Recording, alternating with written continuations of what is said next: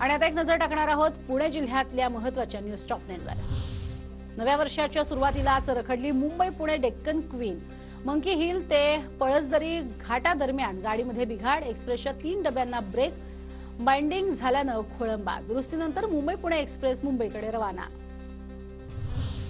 पुण्याच्या कोरेगाव भीमामध्ये 206व्या शौर्य दिनानिमित्त फटाक्यांची आतिषबाजी, तर रात्रीपासूनच विजयस्तंभाला अभिवादन करण्यासाठी भीम अनुयायांची गर्दी।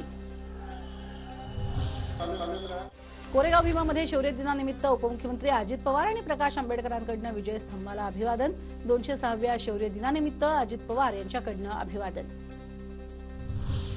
पुण्याच्या सिंहगड रोडवरती नागरिकांना मसाला दुधाचं वाटप। भाजपच्या वतीनं नव्या वर्षाचं स्वागत दूध पिऊन करण्याचा संकल्प। पुण्याच्या भोर तालुक्यातल्या हिरडस मावळ भागामध्ये मराठा समाजाची बैठक। 2001 साली पंचायत समितीच्या आगीमध्ये कुणबी रेकॉर्ड नष्ट झाले। रेकॉर्ड नसल्यानं सरसकट कुणबी नोंदीची बैठकीमध्ये मागणी। पुणे रेल्वेच्या उत्पन्नात मोठी वाढ। पुणे रेल्वे विभागाचं उत्पन्न 300 कोटी रुपयांनी वाढलं। पुणे रेल्वे स्थानकावरनं एका वर्षात 5 कोटी प्रवाशांचा प्रवास।